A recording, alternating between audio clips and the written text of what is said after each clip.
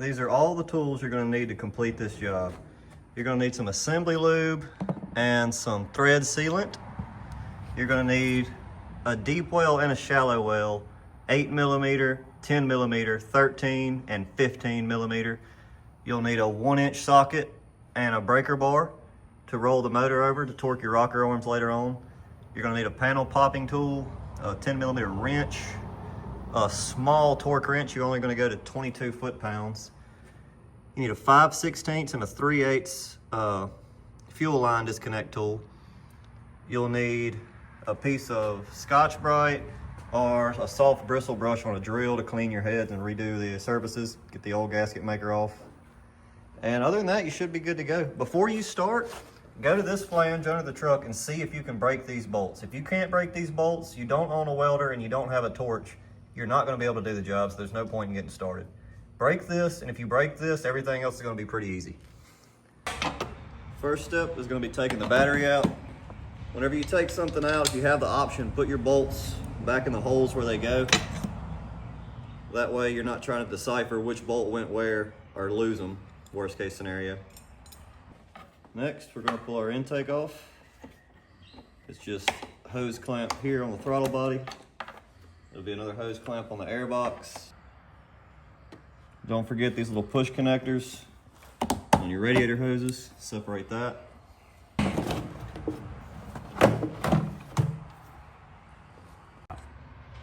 Got an 8mm on top of the engine cover.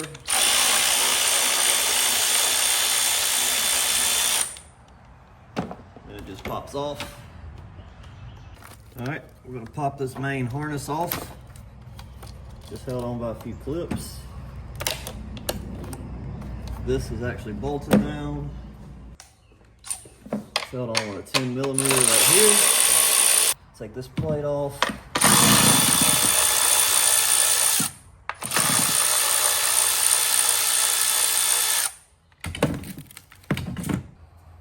You'll need a 10mm wrench for this back bolt. Unclip your evap and your alternator.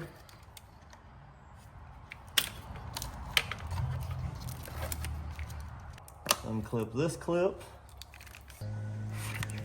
You'll have this clip and this clip on the back of the intake you gotta take loose. Unclip the coils.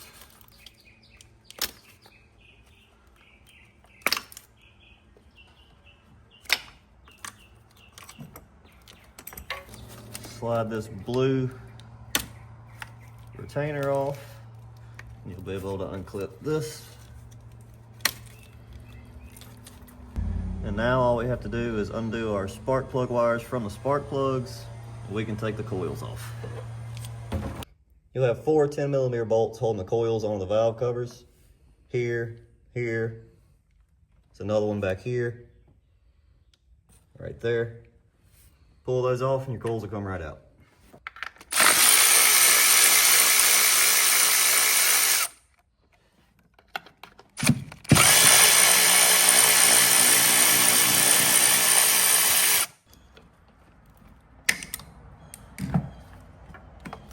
And there's your coils. Next thing we got to take off, we have to get all this bracketry, alternator, power steering pump loose.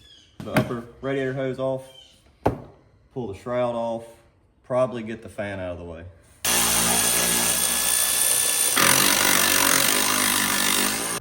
We got 2 10mm bolts there, and we got 4 plastic clips around the shroud.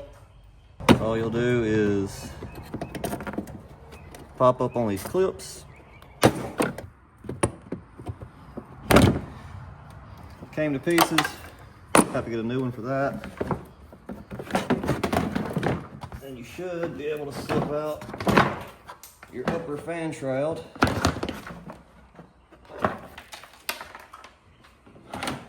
This is a gear wrench fan clutch removal tool. It'll come with all kind of inserts. You can just take a wrench and try to hit it with a hammer to get the fan off. I do have the tool.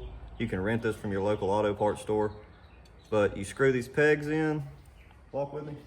These are the holes that you're trying to dog your tool off in. You can put a short bolt into it and try to hold back up with a pry bar or something like that if you don't have the tool. I've done that before too. The nut on your fan clutch is a 36 millimeter, and what you're trying to do is hold your pulley from spinning, and you're going to loosen this up. This is not left-handed threads. It loosens up like any other bolt. It's going to break to the left. It's easier to show you this after I got it off than trying to film it while I'm doing it. But you put your tool, your bar, whatever you have in, hold that, break this nut this way. You're turning to the passenger side. It's going to come right off. Be careful not to drop it when you spin it off because it can fall and punch a hole in your radiator. Need a 15 millimeter socket. Loosen your tensioner. Take your belts off. Make sure that your diagram on your cowl is still legible. If not, take a picture of your belt before you start. This will whip your ass.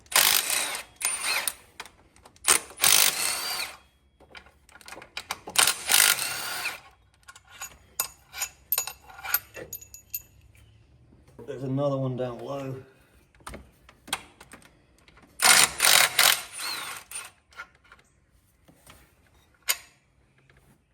It's a nut right here. It's hard to focus. It's on the back of the power steering. It should also be a 15. You gotta take that off, and then this bracket should be ready to come loose. All right, next we gotta pull the fuel lines off. Take the clips off.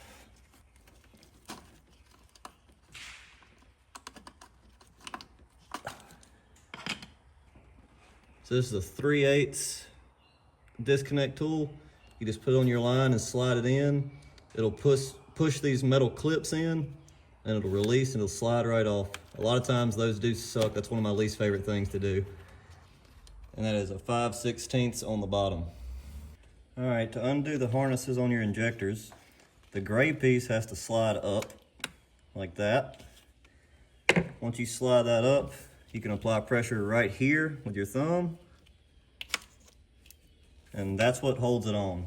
You're pushing here, and it opens up the connector here. Next, we're gonna take out, there's 5 8mm bolts on both sides of the intake. Okay, so you got 2 steam port lines on the front of your throttle body you have to take off. And if it's easier, if you're having a hard time pulling the back 2 injector plugs, you can slide the intake forward a few inches to make it easier to get to. You don't have to unplug those before you start. This soft line here, I say soft, it's just a plastic line that went to your evap. You have to snake it out.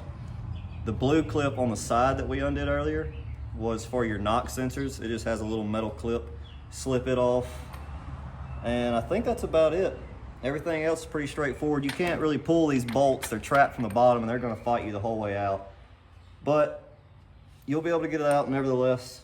Just don't forget to undo your steam port lines on the front. You'll be good. Now, you're gonna pull your exhaust manifolds. You're gonna need a shallow 13mm. It shouldn't be too stuck, but I did use a cheetah pipe, so 10mm.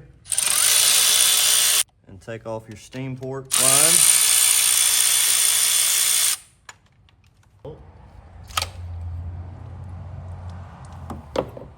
right, now you got 4 8mm. Take the valve covers off.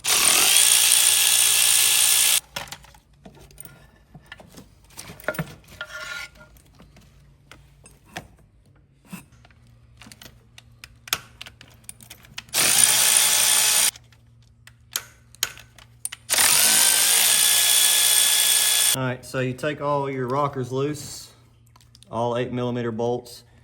When you take them out, keep your rockers in order and your push rods with the right rockers. All right, you'll need a breaker bar and a 15mm socket. You go through and break all your head bolts, and then you can run them off with the impact or whatever you got. You're gonna have to get your manifold out of the way at this point. That'll give you enough clearance so you can break the head bolts on the bottom side of the head.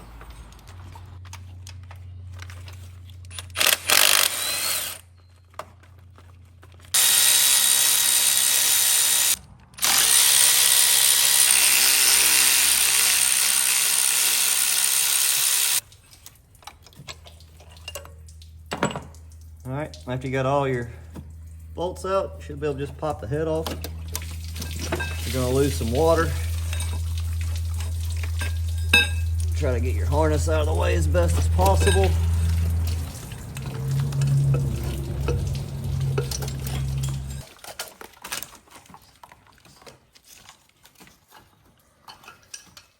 And there you have it.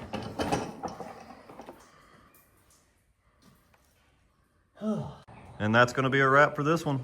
I really appreciate you sticking around to the end of the video. Hopefully you found it informative.